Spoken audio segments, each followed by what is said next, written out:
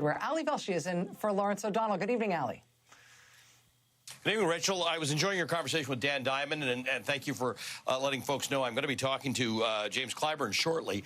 The United States, Rachel, is 4.25% of the world's population, 19% of its COVID cases, 19% of its deaths. Clyburn has said that we may need a 9/11-style commission. So regardless of where his subpoenas go, we can't forget this. We can't sort of say Trump's out and we need to move on. This is way worse than 9/11, as you know. And the damage that Clyburn laid out in his letter today, explaining those subpoenas and explaining what he's looking at, I mean, some of that is over because some of those worst actors are bad people who had a bad influence on the CDC, right, and they're now gone. But not all of them are gone. And some of this damage and this undermining of the scientific response continues. And 30 days is a lot of lives at stake for this stuff. It's a lot of lives fixed. And Clyburn is putting more pressure on them than anybody else right now. And God bless him for it. And all the experts who warned us about this say we will have others. There will be other pandemics. We need to have systems in place that do not allow even the president of the United States to lie and to ignore experts and to diminish people who are trying to do the right thing. So we shall see where it goes. Rachel, you have a great evening. Thank you. Thank you, Ali. Thank you. Thank you. Well, the outgoing president is attempting a coup. Not something kind of like a coup, not something close to a coup. It's the actual thing. It's a coup. And it's everything Donald Trump promised to do and said that he wanted to do all along. The New York Times reported this weekend that Trump is deep in talks with an unhinged cast of characters, all of whom believe in stealing the election from Joe Biden. Trump invited conspiracy theorists like his disgraced former lawyer Sidney Powell and his disgraced former National Security Advisor Michael Flynn to the White House to discuss a potential declaration of martial law as a last-ditch effort to force a second vote in some swing states. And they're not trying to hide these conversations in dimly lit corners of the White House. Michael Flynn went on crank conservative network Newsmax last week to broadcast the idea, suggesting it was 100% normal for Trump to invoke martial law to remain in power. He actually used the term martial law. Newsflash, it's not normal. When you use the military to overturn an election, it's a coup.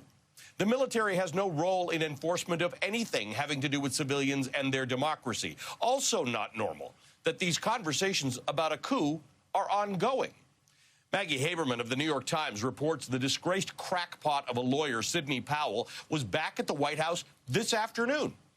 This continued talk of a coup has gone on long enough that some senior White House officials are actually afraid. One senior administration official who refused to go on the record told Axios that when Trump is, quote, retweeting threats of putting politicians in jail and spends his time talking to conspiracy nuts who openly say declaring martial law is no big deal, it's impossible not to start getting anxious about how this ends, end quote. Another nameless official told CNN, quote, no one is sure where this is heading. He's still the president for another month. That's right.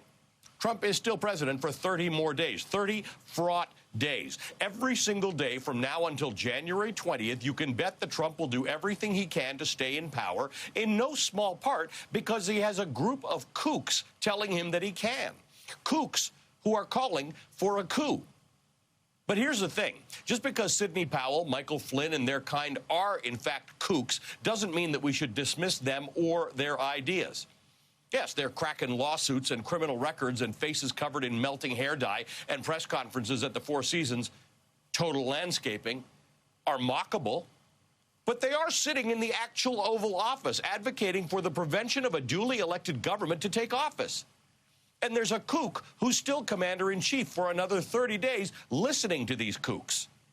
Appallingly, they're not all he's listening to.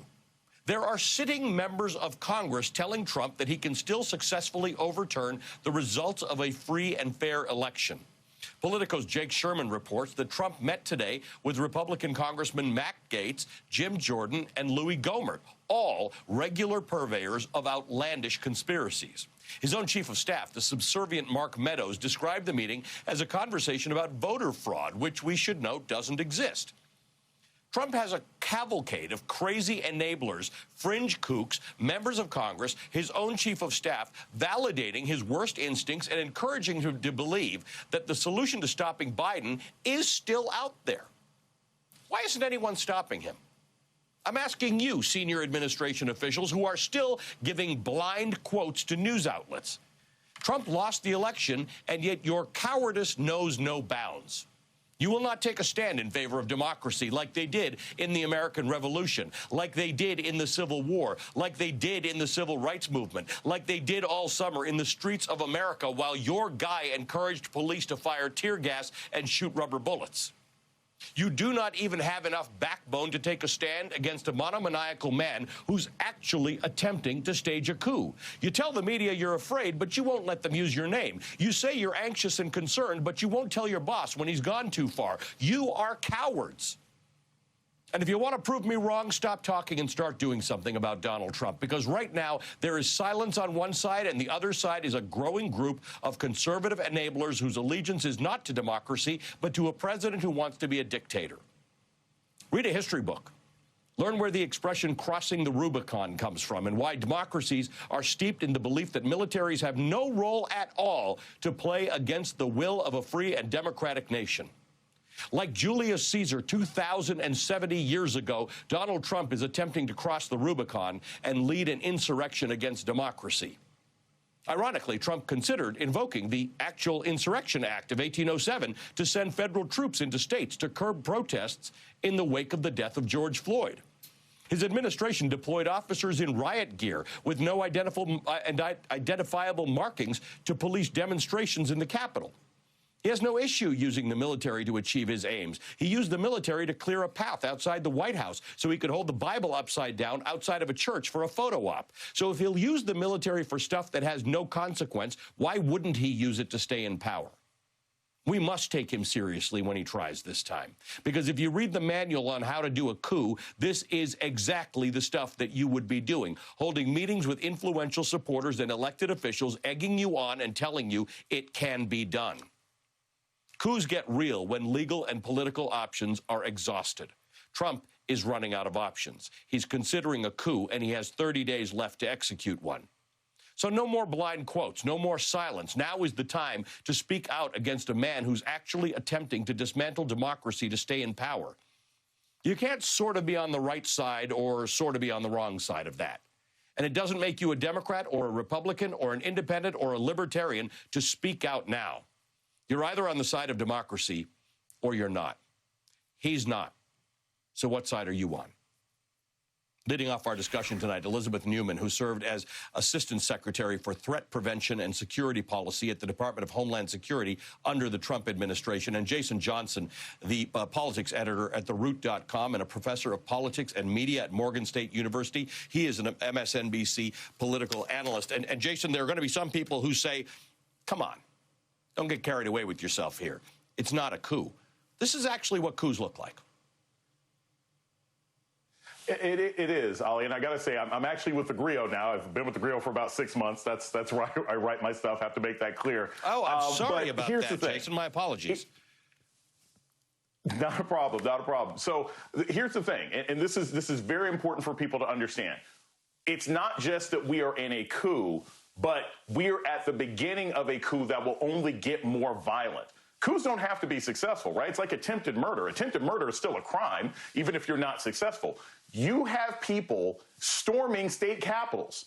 We had people trying to kidnap the governor of Michigan. Today in Oregon, you had people breaking into the state capitol and shooting chemical agents at local police officers and journalists. They're all acting at the behest of Donald Trump. Unless anybody thinks that it's like, well, they're not directly. Remember, this is the guy who, during a presidential debate, told the Proud Boys, who are a terrorist organization or a terrorist sympathizing organization, to stand by and, stand up and stand by.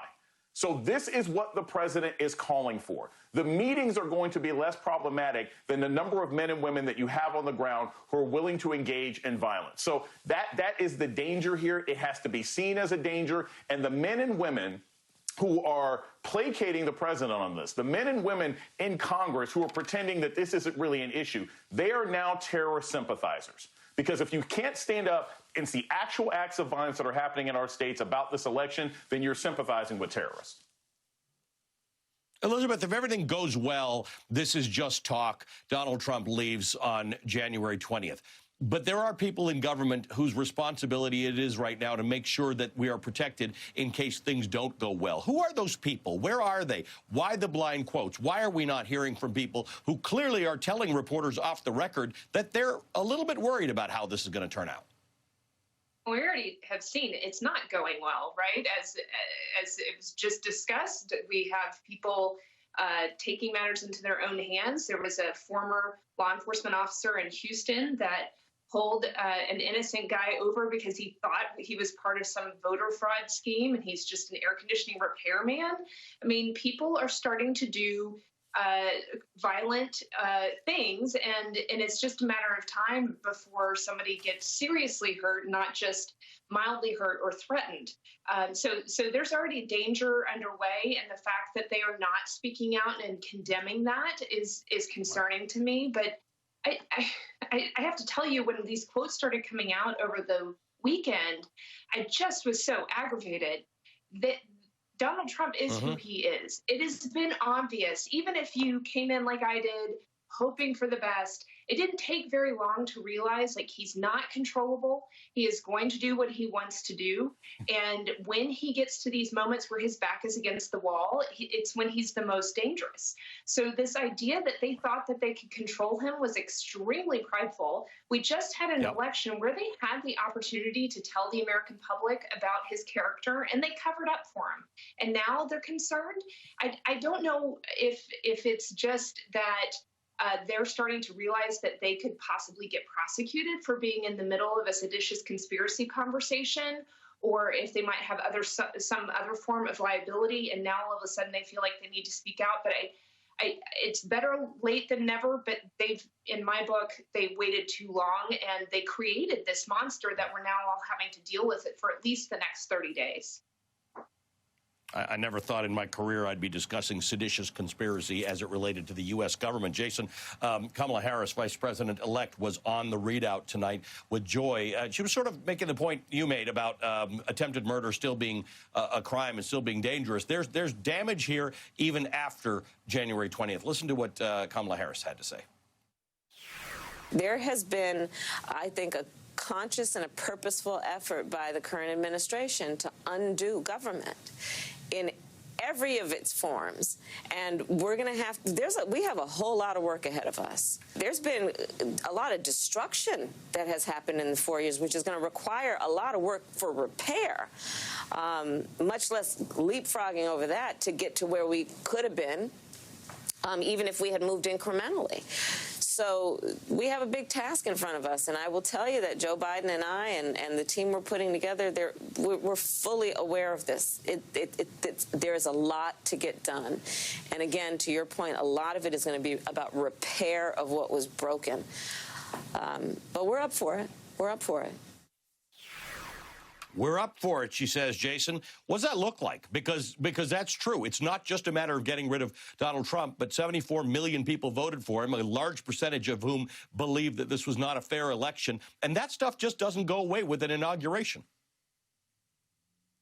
Right. Vice President Harris, she's understating how bad this is because they're trying to get a handle on it. It's not just, I've said this before, they've got to go throughout civil service, federal agencies, and basically root out Trumpists like the Ba'ath Party in Iraq. They've got to remove all the people who are not loyal to the American government. I'm not talking about loyalty tests. I'm talking about people who have engaged in corruption, people who have tried to undermine the system, people who have tried to destroy American government. They've got an internal job. Then they have to develop an administration that is reflectful and responsive to the needs that people have. And then finally this, and I give Vice President-elect Harris a lot of credit for this because she was on this as a candidate. She is on this on the ticket. She has been on this all along. She has said that racism is a national security problem. I saw her give that speech at Netroots Nation. What we have right now, what we were just talking about with the violent protests and attacks here and Proud Boys here and there, if this was another country, Ollie, we'd be calling this ethnic conflict. We'd be saying, oh, my gosh, this looks like this is like the Balkans.